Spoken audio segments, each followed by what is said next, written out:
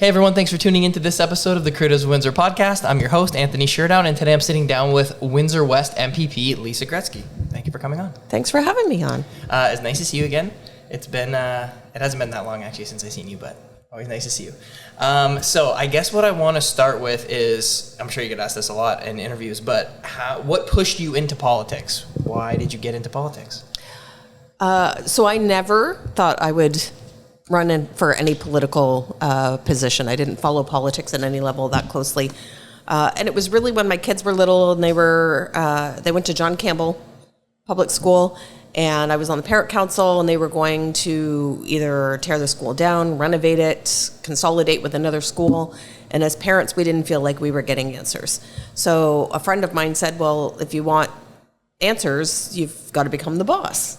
If you want the superintendents to have to answer you, you got to become the boss. And she explained what a school board trustee was, that you run in a municipal election, and kind of what the role of trustees were. So that was really, I guess, what started me into politics. And at the time, I didn't think of myself as a politician, but people would remind me, you ran an election, and you were elected, so you're technically a politician. And then after a few years on the school board, I was becoming more and more disturbed, frankly, by the funding cuts we were seeing, the staffing cuts we were seeing, and the number of kids with special education needs that weren't getting those needs met because they weren't being properly funded by the province. And I remember myself and other trustees had a meeting with the then MPP for Windsor West, and we were asking some questions, and it was during an exchange with her about a direction that the Liberal government of the day was going, that I didn't really like the way she responded to me. And in that moment, sitting in her office next to her, is when I decided that I was going to run. And I had probably been asked by the NDP 2 or 3 times before that to run, but in that moment is when I knew that I wanted to make the leap into provincial politics. Was NDP always a no-brainer for you? Was that always the party that you supported and followed? Yes, always. Always voted NDP. Have always been more closely aligned. So I wouldn't say that there weren't things that maybe the Liberals had talked about or policies that I wasn't. I wouldn't say completely in line with, but was okay with, yeah. And saw some potential. But the NDP has always been the party where I feel that my values, my morals, and what I want for my family and other community members, it is always aligned with the NDP. And then add to that the fact that we are big supporters of unions and the value of having unions. My husband is a union member. And so the fact that the NDP was founded by unions and is the Labour Party was also a big draw. So it has always been a no-brainer for me voting NDP. I just needed some convincing to actually take the leap into running provincially. You've been our MPP for a long time now. Over that time, you've dealt with and voted on and consulted so many different issues. Has there ever been a time where, so in our system, it's a party system and you have to go along with your party. Have you ever felt that you've wanted to do something that didn't align with your party, or are you always pretty much aligned with what the party wanted as well? Well, I think when I first ran provincially and first got elected, I was naive. So I believe that if you ran for a particular party, political party, that everybody within that caucus, they're called once they're elected, or everybody even within the party, just the party members, were all in agreement on issues, that we all had the same opinions, the same path to get to where we wanted to be, and the same journey. And I learned very quickly sitting around that caucus table that when you're talking about your particular community, the needs of my community are very different than the needs and the realities for my northern colleagues. And so very quickly I learned that I was very naive in thinking that we were always going to agree on a direction we should take or something that we should be championing, because what something means in my community can mean something completely different to those in Toronto or Ottawa or in Northern Ontario. And we don't necessarily see that within our own bubbles, so to speak. So I think that there have been several occasions sitting around the caucus boardroom, having our caucus meetings, where for me, something seems very cut and dry.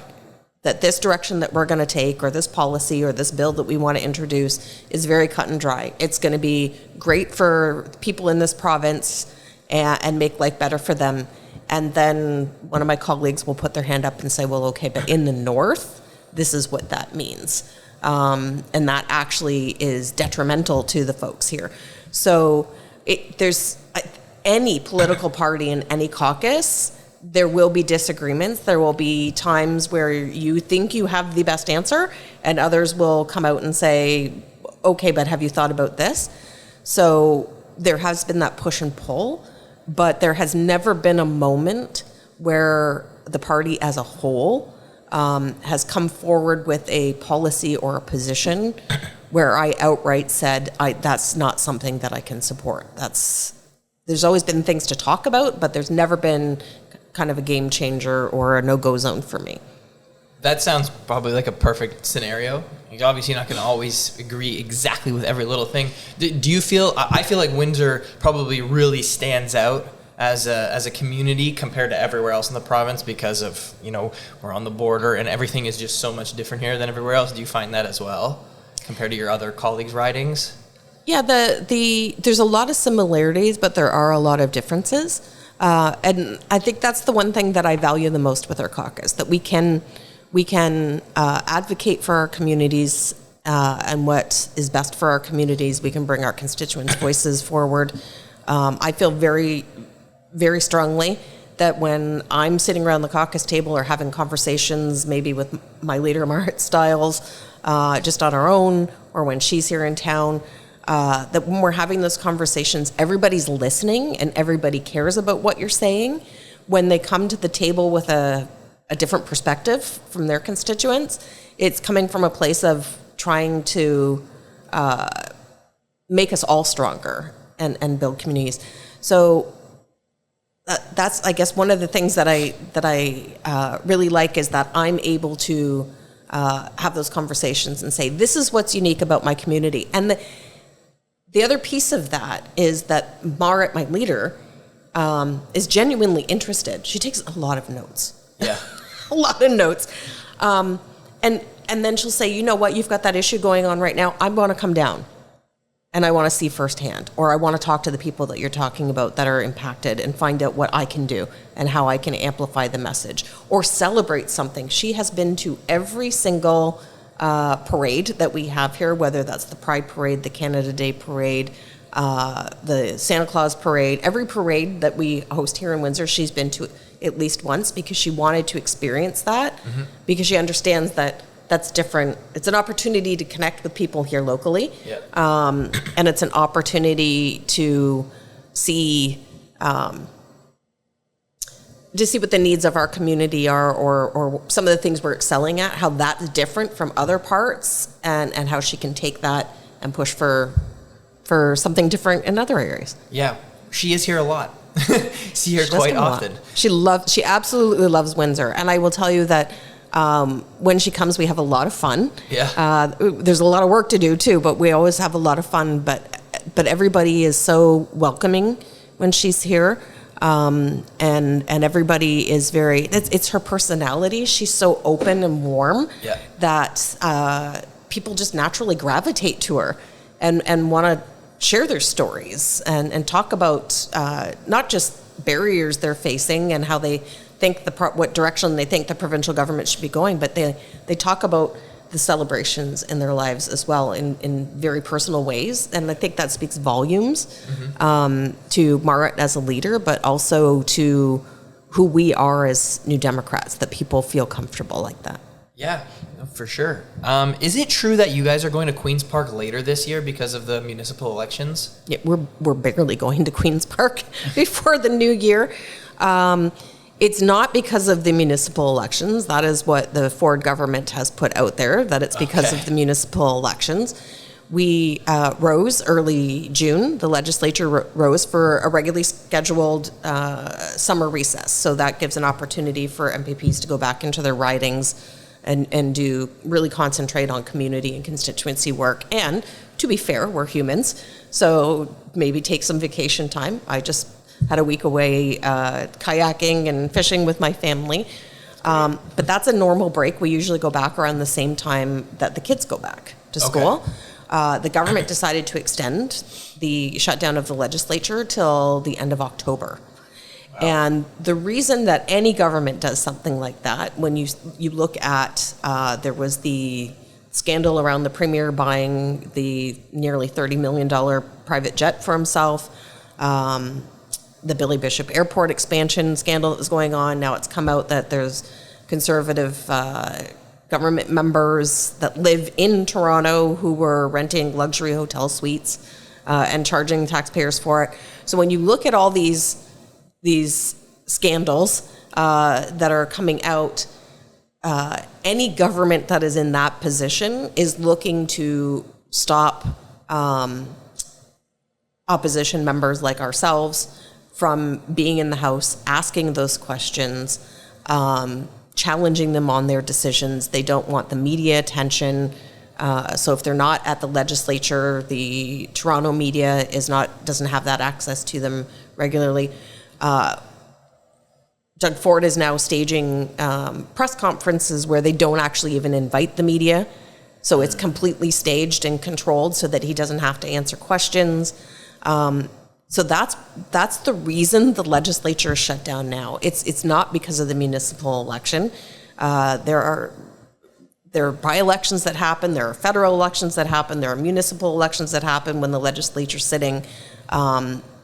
It's an excuse, and it's a distraction from the real reason why the government doesn't want to have the legislature sitting. So that means you don't go back till the end of October, and then you're still probably only going to go until June, like always? No, then we go until the beginning of December, if that is the will of the government. They have a majority, so they decide how long we sit.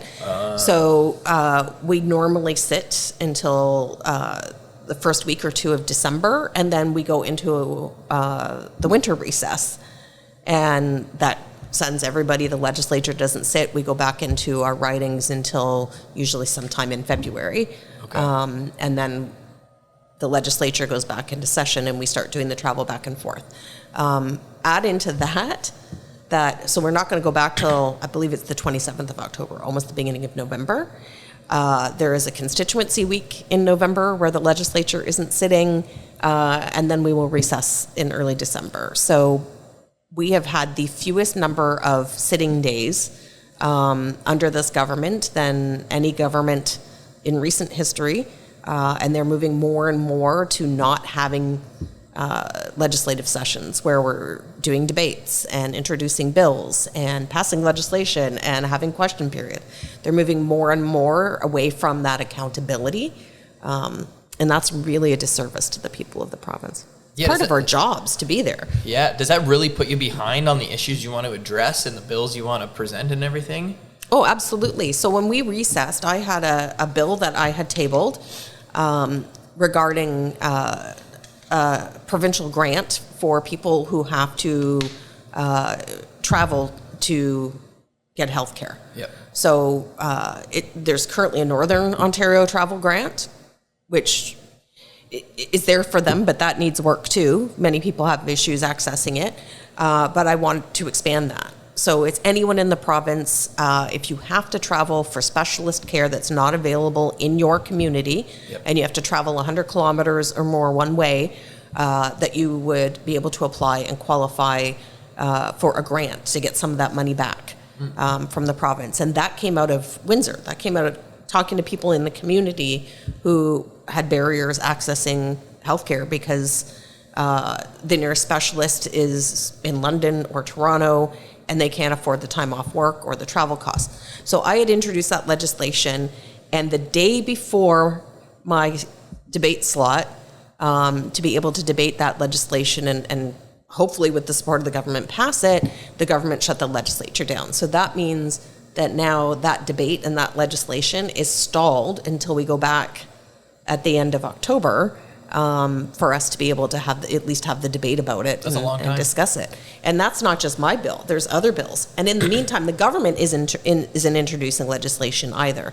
So in an affordability crisis, in a housing crisis, in a healthcare crisis, we're not at the legislature actively trying to solve any of those issues through legislation or funding. Yeah, that's quite a long time. How long is it? 4 months? Over 4 months that you're not there? Yeah, it's almost 5 months because it was near the beginning of near the beginning of June. Wow. That we recessed, and we're not going to go back until the end of October. Yeah, I understand that firsthand. My grandfather's having heart surgery next week, and my mom had heart surgery 2 years ago. And the amount of times you have to go to London for echoes just to talk to the surgeon, this and that, like you're constantly leaving our city, and things like that would be beneficial for, I'm sure, a lot of people. Yeah, but I mean, there's always the discussion about why do we not have those services and those specialists here, and the reality is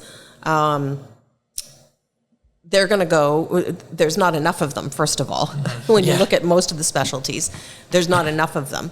But also, it's whether the funding is in place to be funding the surgery. So sometimes we have the specialists, they just don't have access to the OR times because it's not funded properly through the province. But there's also, these specialists want to be practicing their specialty every day. So they also go to regions where they see the highest need is. So they're going to be practicing that specialty every day. They're going to be helping the most number of people within the community they live in and that kind of thing. So I would certainly love to see where there's an expansion and nobody would have to travel at all to go access specialty healthcare. But the reality is, if that was to ever happen, it would be very, very long time down the road, and people are facing barriers to access now. So knowing that folks have to travel, the very least that the province should be doing is making it easier for them to do that and reducing the barriers, especially cost-wise, for them having to access that care. Yeah, I agree 100%. You can't make more, like a heart surgeon or a neurosurgeon, they're geniuses. They're special kinds of people. We can't make more of those, but to make it accessible for people to access them would be great. Yeah, and in many cases, it's a life or death situation. If they don't, I mean, there was a doctor that reached out to my office, a specialist, and I won't give his name, but who said that he's had patients, and he practices outside of Windsor, but Windsor residents are referred to him, and he said he's had patients come to him who have not gone through treatment. So they come see him, they get the diagnosis, the doctor has the plan and says, we're ready to go, let's book the treatment, let's book the surgery, and then the patient said, I can't do it because the cost to travel here, to stay in a hotel while I recover, to be able to come back and get the follow-up appointments needed, like I just can't afford that. Yeah. And he's told me that some of those patients have either died or are at risk of dying because they're not getting the care that they need. So that should never be acceptable. When we talk about universal health care, it should be universal health care. And so that's why it was important to me to bring that legislation forward. But again, unfortunately, with the legislature shut down, we're not going to get to debate that until early November. Okay. So how does so you present a bill like that in early November, and how does it work between the debate? So do all the MPPs across the province debate that at Queen's Park? How does that whole process work, and then until it gets passed? Or yeah, so when it's tabled, when you first table it, that's called first reading. So really, all you do is you table the legislation and you read a brief little summary about what it's about. That's it, and that's first reading, and then the legislature actually does a draw. The nonpartisan staff that work at the legislature, regardless of who the government is and who MPPs are, they basically draw numbers for your slot of when your date that you're going to get to debate your legislation. So when that day comes, that's called second reading. So we get up and we do debate. And the person who's tabled the bill gets to speak to it first, obviously, and then it goes around for a certain time frame. There's a certain amount of time to be able to debate these private members' bills. And it goes around and each party gets a chance to talk to it. And then it comes to a vote. So we're in a situation now with a majority government. So they really have the opportunity to either say, no, we absolutely do not support that legislation, and they vote against it, and that's it, it's done. Or as we say, it died at second reading. Or they have the opportunity to say, okay, we're interested in looking at it, and we're going to send it to a committee. So they'll support it at second reading to send it to a committee.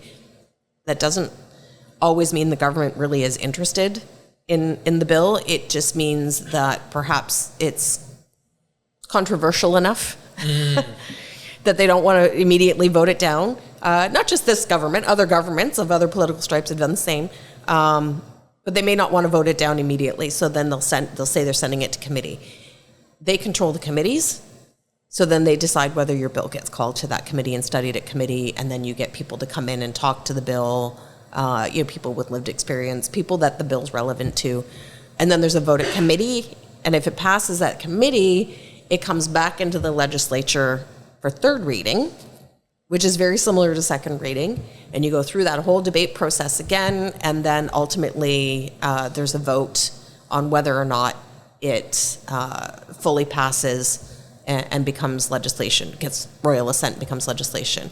And again, in a situation where there's a majority government, regardless of their political stripe, with a majority government, the government controls whether they outvote everybody. So they ultimately decide. So when we go back and I debate this bill in November, I'll be debating it at second reading, and they can support it at second reading, send it to committee. They could say, we don't need to study it, we're just going to pass it, and yay, it's law. Or they pass the motion for it to skip third reading and immediately become law, or they could just vote it down altogether. But that's how legislation kind of works. When people are hearing first reading, second reading, third reading, there's a process the bills go through. Does it ever get to a point with a majority government where some of the, in this situation, the Conservative Party, where some of them agree but some of them don't, and then the other parties do get to cast their vote, or are they kind of like a yes or a no and then that's it? So there's free votes and there's whipped votes. More and more whipped votes are, which is actually a terrible way of putting it, but that's long been the political term. But the free votes mean within your party you vote whichever way you want on a particular bill. So you maybe, if something has come forward and it's really good, and I say, hey, that would be really good for my community, I'm going to support it. And then one of my colleagues is like, okay, but in my community, that's actually detrimental. I don't want to support that. Then the people within the same party can have a free vote and vote any way they want. A whipped vote means that it comes from the top. It comes from the leader, and it comes from the party whip, who says, this is what you're going to do. This is the way you're going to vote, whether you like it or not. And more we're seeing whipped votes where members are being told. I've not seen a vote on, I couldn't tell you. I mean, I've been there through two different governments. I cannot tell you the last, if there was any time actually I could think of, where there was members of the government who voted against. No, that's not true. There was one, and she was thrown out of their caucus. She was part of Doug Ford's government, and it was around Francophone education and services, and they were cutting it. And she came from a very large Francophone community, and she was a Francophone herself, and she felt very strongly about what they were doing, and she voted against them and was immediately thrown out of caucus. Wow. And became an independent, and then eventually left provincial politics altogether. So it's very rare that you would see a free vote, especially with the government side of the House. So when Doug Ford does a whipped vote, as you say, that just means it's passed or denied right off the bat? They have a caucus meeting, talk amongst themselves, or they get direction from the top, and they say, this bill we're not supporting. And it's done. If you're in the House, you're voting against it. Like if you're in the House on duty. There are votes where you might see, and this is all parties, this is not just one. Yep. There might be votes on things where it's not super controversial, and they'll say, okay, only the people on House duty that are on House duty while that's being debated and voted on, only they have to vote. Nobody else has to come back in for the vote. And then there are other issues where it seemed to be much more consequential, much more, I don't want to say serious because all legislation is serious, but there's a bigger impact from that legislation. And so oftentimes then they'll bring more people back in. So that's when you'll see all parties, the government and the opposition parties, where the majority of their members are in the House for a vote. But even if you had every single opposition member in there, every NDP member, every Liberal member, every Green member, and there is one independent, two independents. One was elected as an independent, the other one is facing domestic violence, intimate partner violence allegations, so he was removed from caucus. But even if all of us on the other side of the House were to vote the same way, the government has more members, so if they vote the other way, they win the vote. Yeah. If they want that legislation to pass, it'll pass. If they don't want it to pass, it won't pass. That's, that must be a lot to deal with. It's democracy, Yeah. right? And democracy is messy, and I would argue it's not always fair, but it is democracy, and it's important to protect democracy. But I do believe that at all levels of government, there needs to be reviews of how things are done to make it more representative of the people we were sent there to represent, as opposed to any government having a majority and being able to push through legislation and change rules. So often we've seen more and more with this government, where instead of going through all of the debate processes, they change what are called the standing orders, so that they can rush through legislation. We've had where they tabled legislation, and before we even have a chance to look at it, we're debating it. How does that serve the people of this province and the people that we're elected to represent when we can't even thoroughly review legislation or consult with the public? So what they're doing is they're pushing through legislation before the public even knows it's a thing. And so I think we need to be looking to some sort of reform where a government that has where a government is not able to do these kinds of things. But currently, the way things are, that is democracy. Yeah. And that's the dangers of having, we all, want majority governments when it's our parties, but when you look at the setup of having a majority government as opposed to minority, and there's checks and balances and they have to work with the other parties, with this current government, the Ford government, we see the value in, very clearly, see the value in a government not having so much power. Yeah, I can see that as well. So you mentioned different levels of politics. For most of your term as an MPP, our local MP was a part of your party. Mm-hmm. Did you work with Brian Massey a lot when you were both elected at the same time, or are you guys doing a lot of different things? We worked together a lot, and we communicated a lot. And our teams, and now two of the folks that worked for him, I had two people retire. So two of the folks that work for Brian now work in my office. And we already knew each other. So our teams did things together. So a lot of the times the parades, the different community parades, we worked together as a team. I would go to events with Brian, and he would go to events with me. We'd hitch a ride with each other. Sometimes if he didn't have a staff member to do an event with him and I was going too, then a staff member of mine would come, or vice versa. So we did work quite closely together. Wasn't a ton of overlap legislatively, because of he was federal and I was provincial, but there were times when there was some overlap. There were times when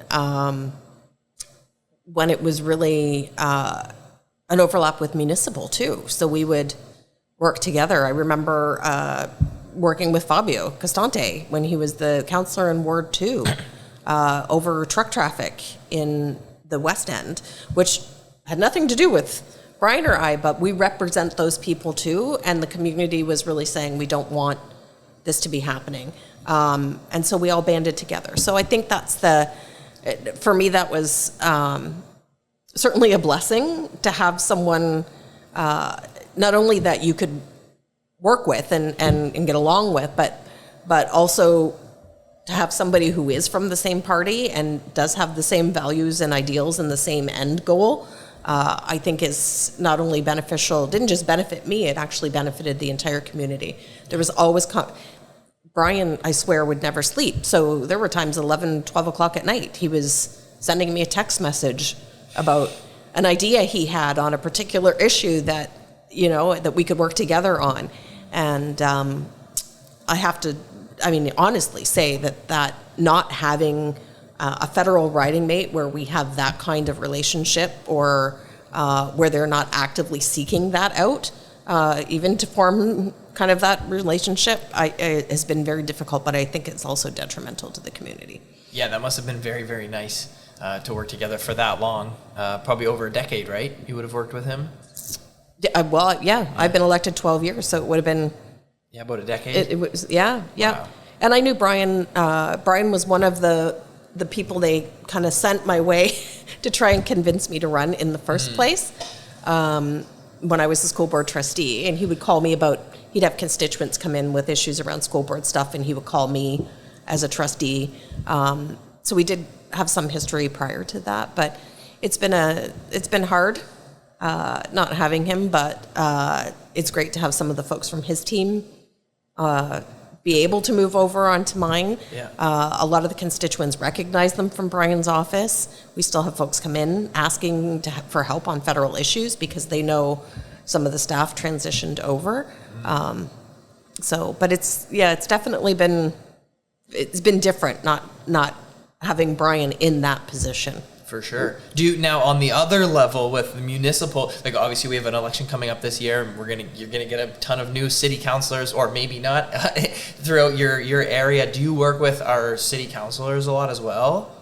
Yeah, and I guess in some regions I've heard. So in some regions that's very common for the MPPs and the MPs to have those kind of relationships with the councilors, and in others that doesn't happen. Kind of like the councillors do and the mayor do their thing and never work with an MPP or an MP and vice versa, which is really interesting to me. Like, they may say, okay, as a municipality, we need more funding from the federal government or the provincial government to be able to meet infrastructure needs or something like that. But here, I can't think of a single councillor, whether in my riding or in a ward in another riding, where we haven't had conversations, or they're always open to have those conversations about what's going on. And sometimes I always say, like, council is, people feel more connected to their councillors because it's the local level of government. Mm-hmm. So, they're calling about my trash didn't get picked up, or the neighbor's dog keeps barking, or so-and-so hasn't cut their grass in a while, or there's all kinds of things people will call their councilors for. They're not calling me about that. Mm-hmm. And I wouldn't recommend they do, because we're going to tell them that's a bylaw issue, you need to call your councilor.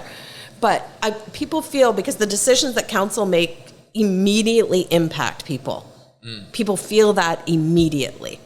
So that's why I think they feel more ownership of council. At the provincial level, I would say there's also that feeling to some degree, more so than at the federal level. Like, every level you go up, I feel people feel a little more disconnected from their representative, because the decisions that we're making or pushing for don't always impact everybody or it takes longer for them to impact, right? I think it's the time frame. Yeah. Yeah. So I think it's important, and that's why I appreciate, now I know that it's not like this in every region. I appreciate that we do have those close connections with the councillors, and that they will reach out and say, okay, I want to talk to you about an issue.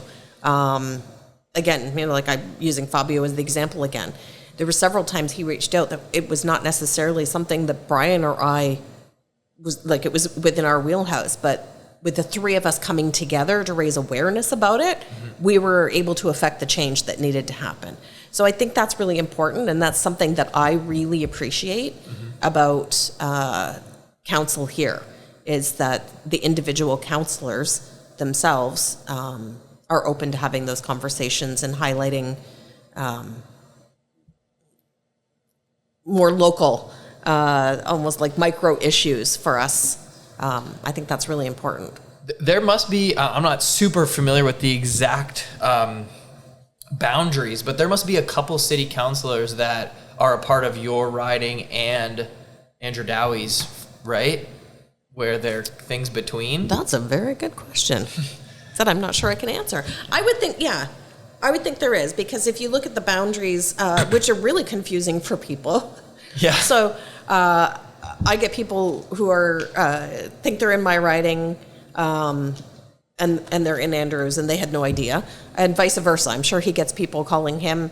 I find in our region, a lot of times people just say, okay, you're the MPP for Windsor. And I'm sure Andrew gets that too. It's not just me. Yeah. Whereas in other regions, it's very clear. Like, people know who their bigger towns, the GTA, people know who their MPP is because they have, a very specific section they represent. Yeah.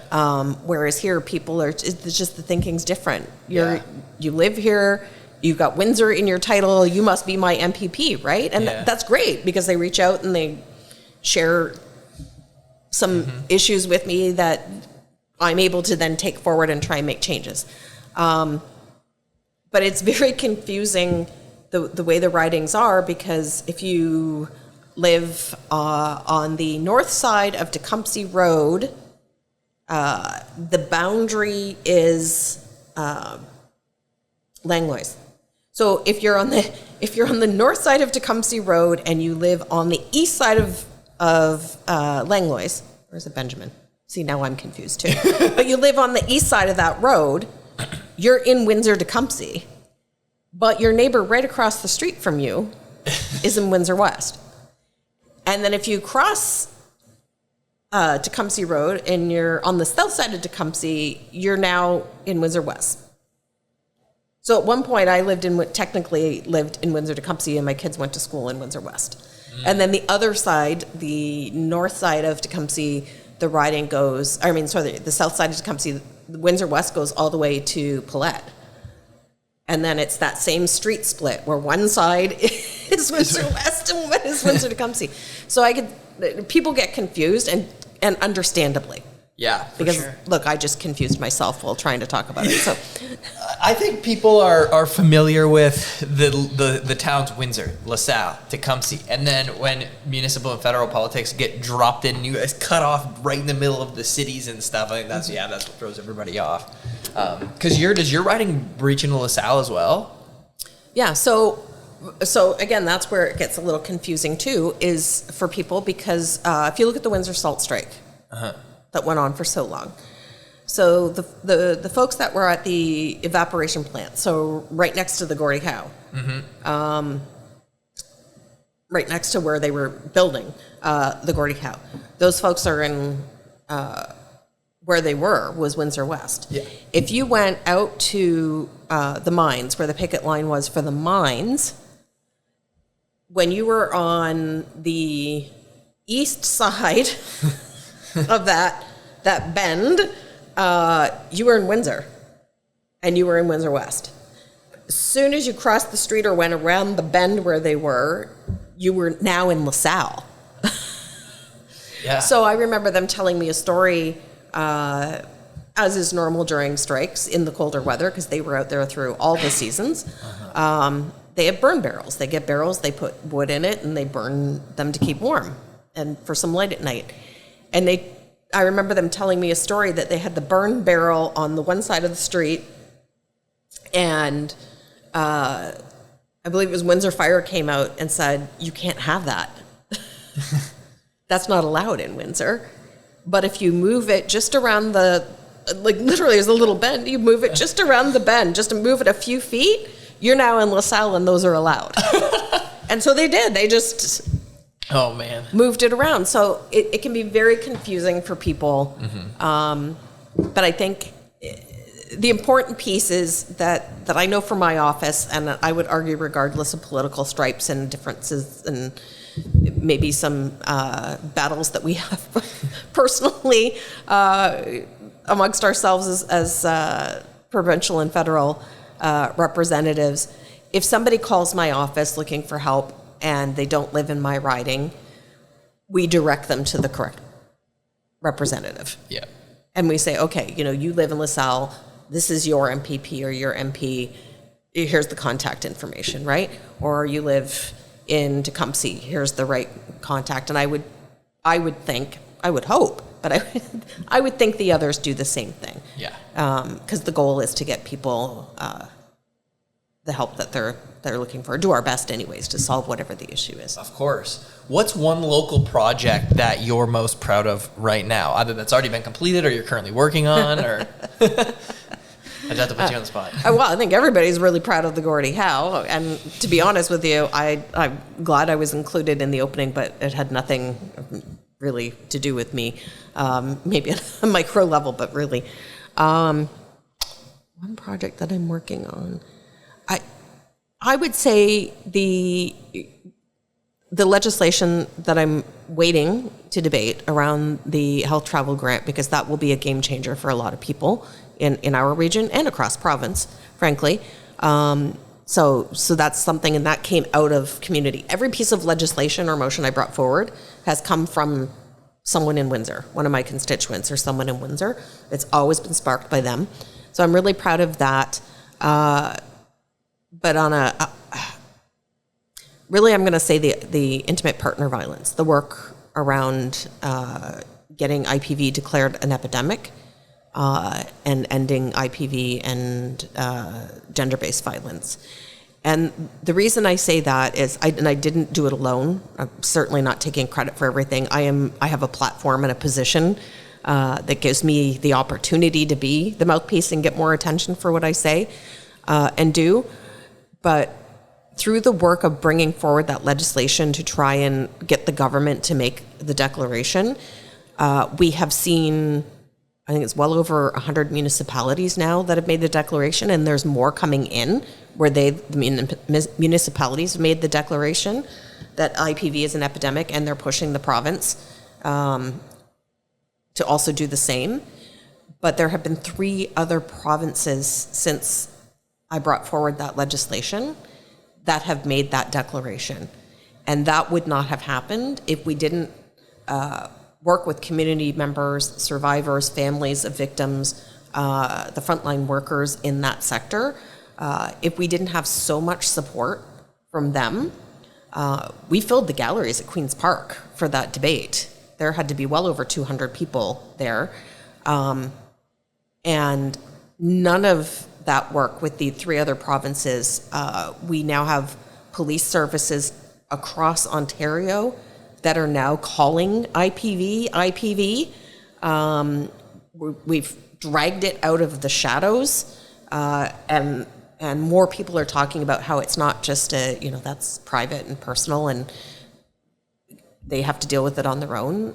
People are starting to see that it's pervasive and that it's something that we all have a responsibility to try and end. So I would say that is the thing that I was currently working on and still working on that I am most proud of. And it brought so many people together, and we don't see a lot of that. I don't think at any level of government where so many people feel that desire to get involved and to advocate and to work together. So I think that was probably the thing that I'm most proud of.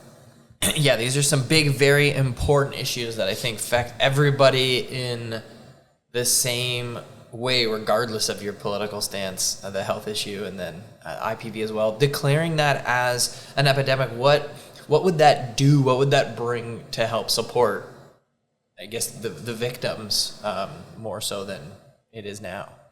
There's the accountability piece attached to it.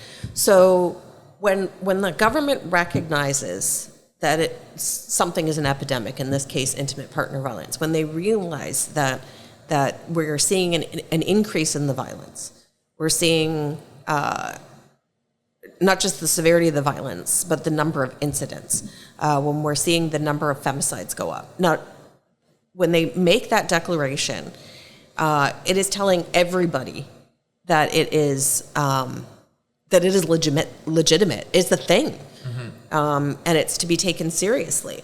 There would be better tracking of actual IPV or GBV cases. There would be better police response that would require the government to be properly funding first responders to respond to these calls and these incidences. There would be more accountability as far as properly funding support services and prevention services, like, for instance, transitional housing at Hiatus House, or funding for the Welcome Center shelter. There would be that accountability piece to make the government put more funding into education. And I think part of that education piece is the prevention piece. When children are raised in a home where there is violence, and that is what they know, they are more inclined to go on to be either perpetrators of that violence themselves or to be victims. Mm-hmm. And so there has to be that early intervention and that education and therapy and supports for children.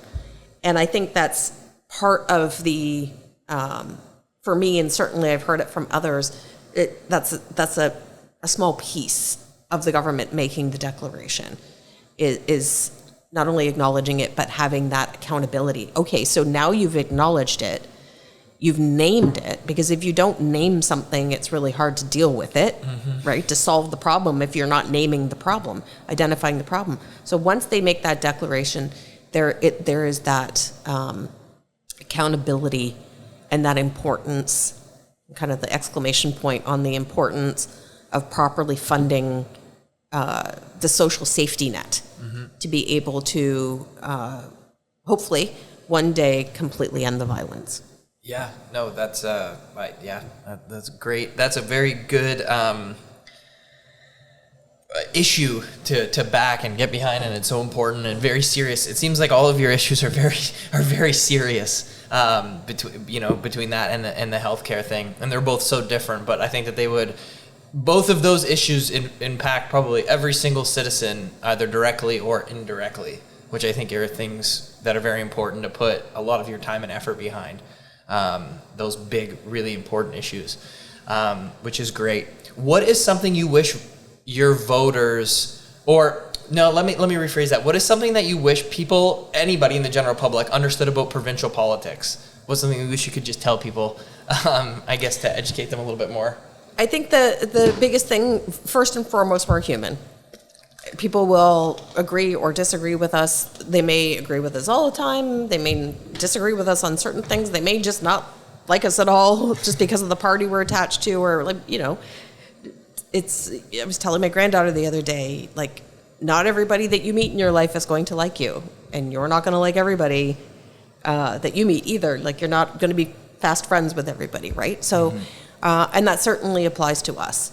But I think the aside from the being human part of things is that we don't have the power that a lot of people think we do. And by that I mean, and don't get me wrong, our roles are important. That doesn't make me important, by the way. That makes my role, the job that I've been elected to do, important, and blessed to do important. But a lot of people come looking for help, and it's not just my office, and it doesn't matter what political stripe it is either. People come to your office thinking that because you're an MPP, that means that you can direct people on what to do. So for instance, if you're coming in and you're having an issue with healthcare, they think that I can make a call and get their appointment moved up or their surgery moved up, or I can make a call and suddenly their health card's replaced the next day. People often think that they can call my office and we can call the housing providers and say, this person needs to be first in line to get housing, or put them in housing now. And those are just some of the people on social assistance think that we can call and direct the folks that work there to do things, and we don't. We can't. We have laws specific to MPPs and what we can and can't do, but there are limitations to what we can do. We can always try to help, but we cannot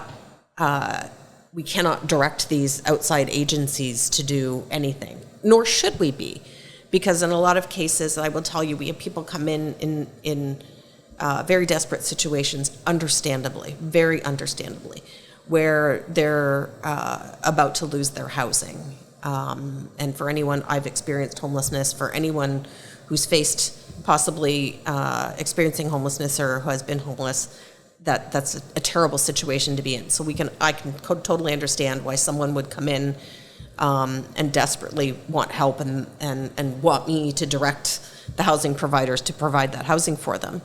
But there are, it's very important. I'm not the expert, neither are my team, on any of these subjects.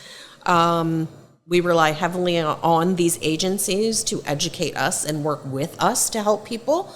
But we would get in a situation, if we were able to direct these agencies for various things, of potentially doing more harm than good. Because if somebody comes in and in that moment I deem that, yes, your situation is a crisis situation and you need to be bumped up on the list, what that means is that somebody else no longer has access. They've moved down the list or they don't have access.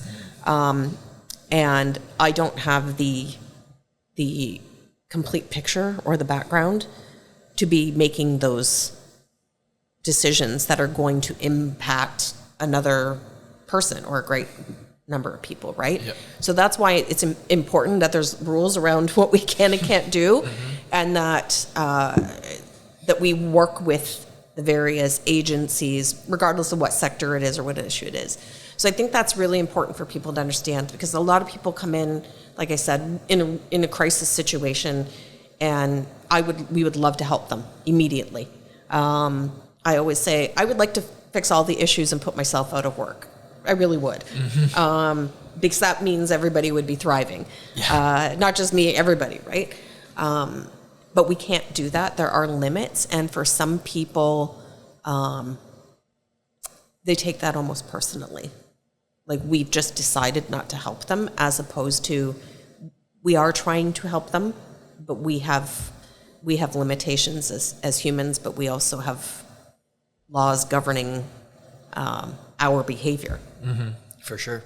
I think that's a great spot to end it. We touched on a lot of the major issues and points I wanted to ask you, and thank you so much for coming on and talking to me. It was a pleasure. Thank you. I appreciate the opportunity. Maybe we can continue down the road. I would love to do another one. I haven't had anybody back yet, so I'd like to do that one day. So, all right, awesome. Thank you so much, and thanks for watching, everybody.